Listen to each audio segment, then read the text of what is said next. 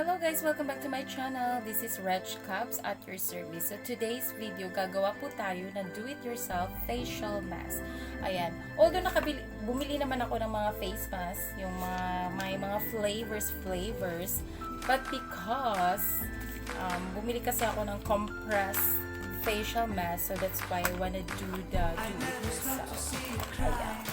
So, pakita ko sa inyo. Ito siya.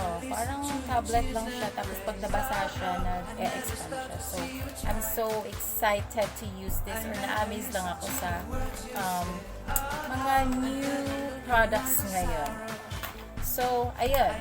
So, yung mga ingredients natin sa ating facial mask or first is the aloe vera. Ayan. Tanim po namin ito. And later on, mag-extract tayo ng yung aloe vera nito. Tatanggalan natin ng para magamit natin para sa ating facial mask. So, I've actually na-try ko na po itong gawin. And so far, wala namang allergic reaction. Everything is good. Tsaka sobrang, sobrang swabe niya lang sa mukha. Tsaka basta bet ko talaga siya. And of course, meron din tayong BioOil. Ayan. Been using this for 15 years, I guess. No. 10 years lang pala. I've been using this for 10 years na. Ang ganda lang ng BioOil. Next is the vitamin E. So, ito siya is, hindi actually hindi ito yung talagang lalagyan niya, pero yung vitamin E nabili po namin sa SNR. So, mura lang yun siya. Tsaka marami na siya, guys. And next is the Frankincense. So, if you are familiar with yung living essential oils, yung sikat ngayon, yung mga nag-unboxing. So, ito po yung isa sa mga oils nila, yung Frankincense.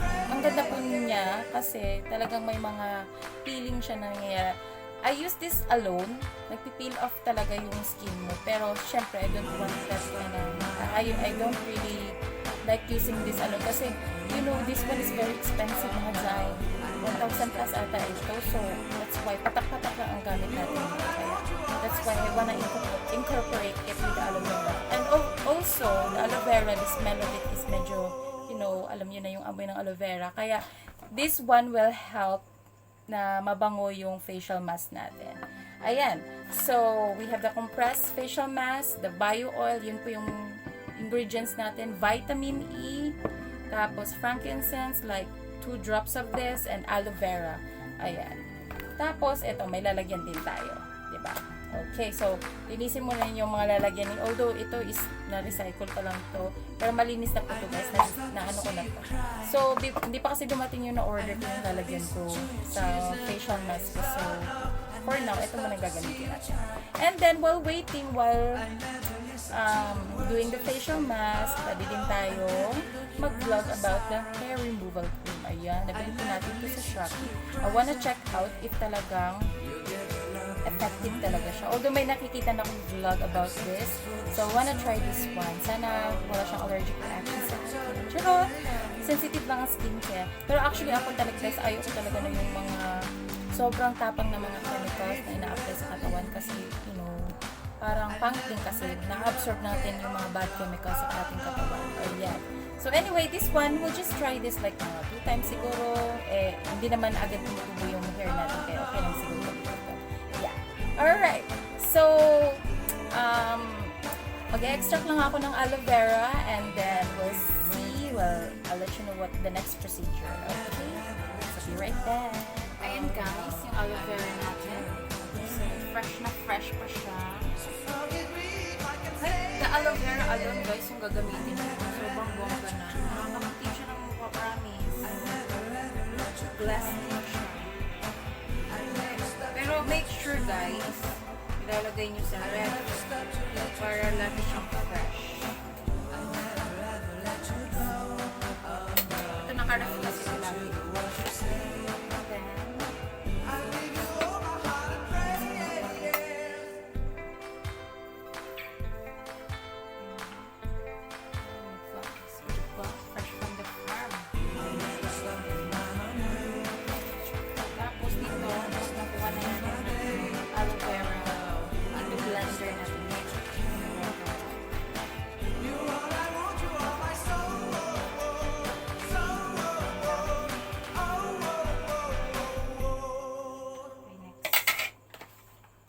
Nahugasan ko na to ha. Ayan.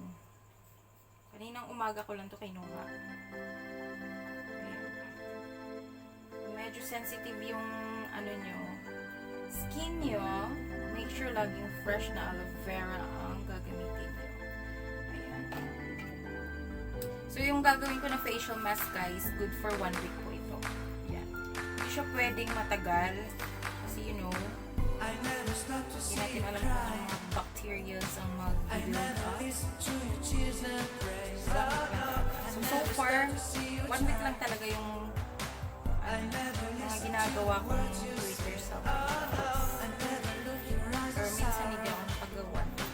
1 day lang. Pero hassle din kasi. Everyday ka gano'n.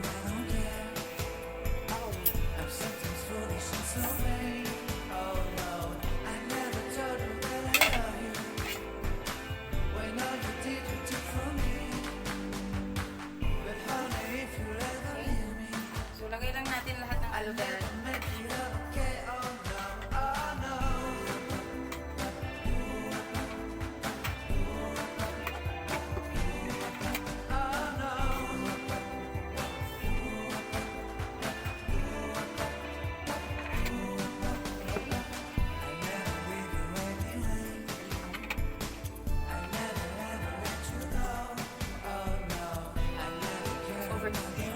Bakit yung ginamit?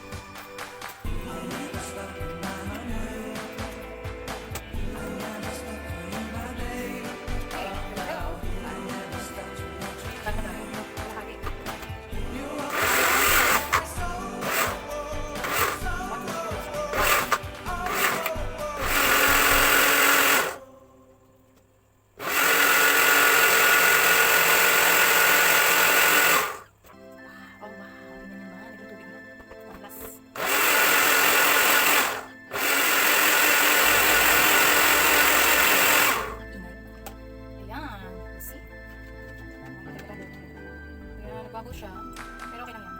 It's all water later.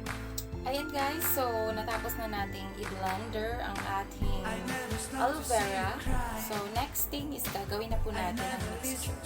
Ayan. So meron tayong BioOil, vitamin E, tsaka yung Frankincense.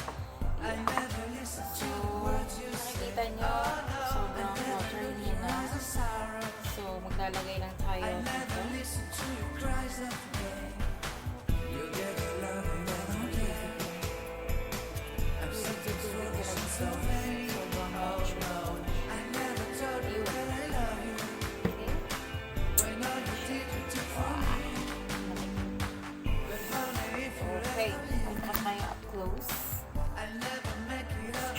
Ayan yung aloe vera. Next is yung BioOil. 5 drops siguro. Pero you can put as much as you want. Okay. Ito po bahala. You can use all your much. Next is the vitamin E. Dalawang.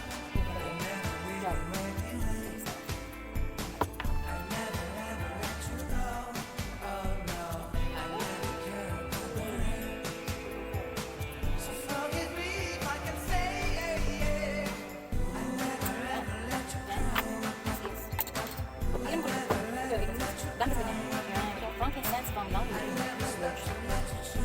Yeah, 2 drops. Anyway, meron nang ilalagay ko yung mas.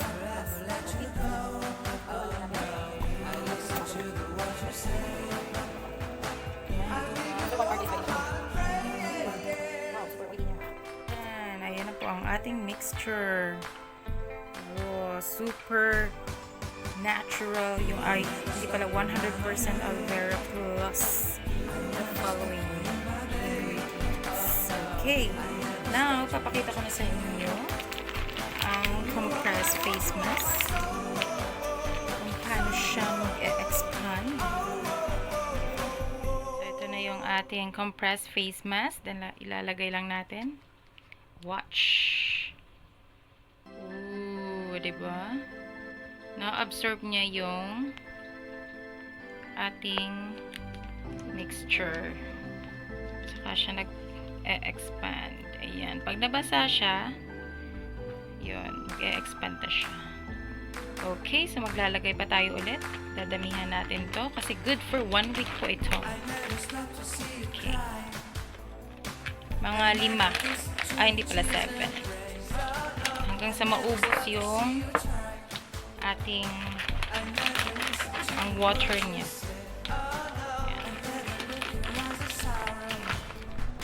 Ayan. Okay, so 2.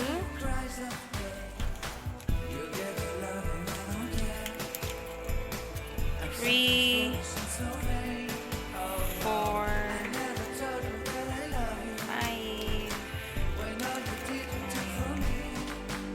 6. Yan.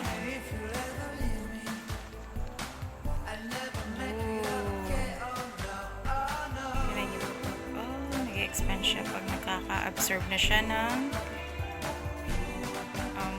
liquid. Yung mixture natin.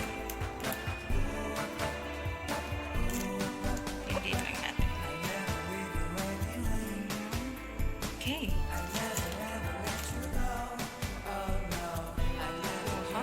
I think meron pang liquid. Pwede pa nating dagdagan. Ayan.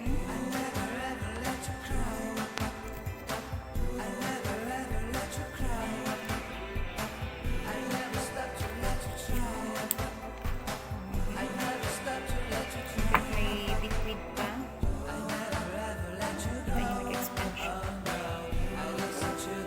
Amazing lang. Okay. Lagyan pa natin. Ayan guys, wala na siyang water masyado. Okay, kasi na-absorb na lahat ng compressed facial mask. Meron na siyang konti, pero ayun. Para may pagbaba na naman ang ating mixture. Ay, ating facial mask.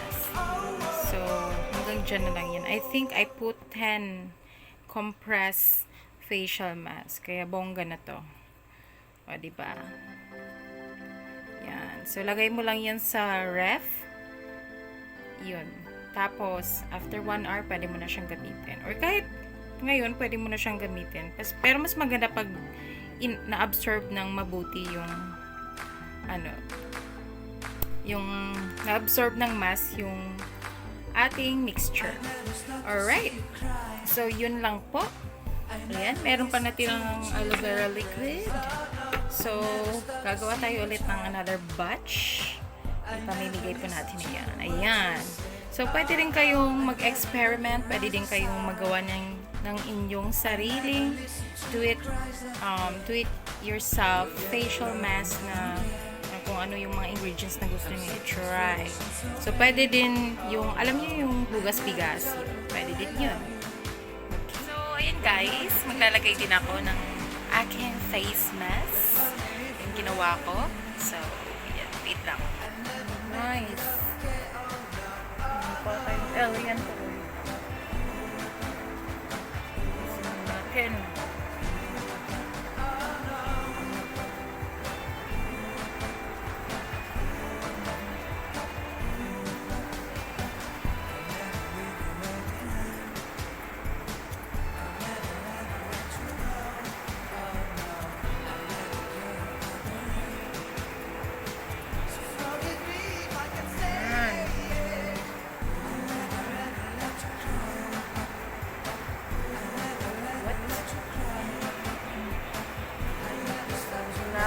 Then, makayong yan. Massage nyo rin yung neck. Spread nyo yung serum. Charot! Yung mixture.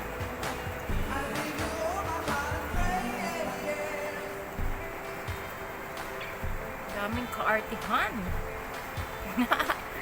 Yan. Ganun talaga. aging na tayo.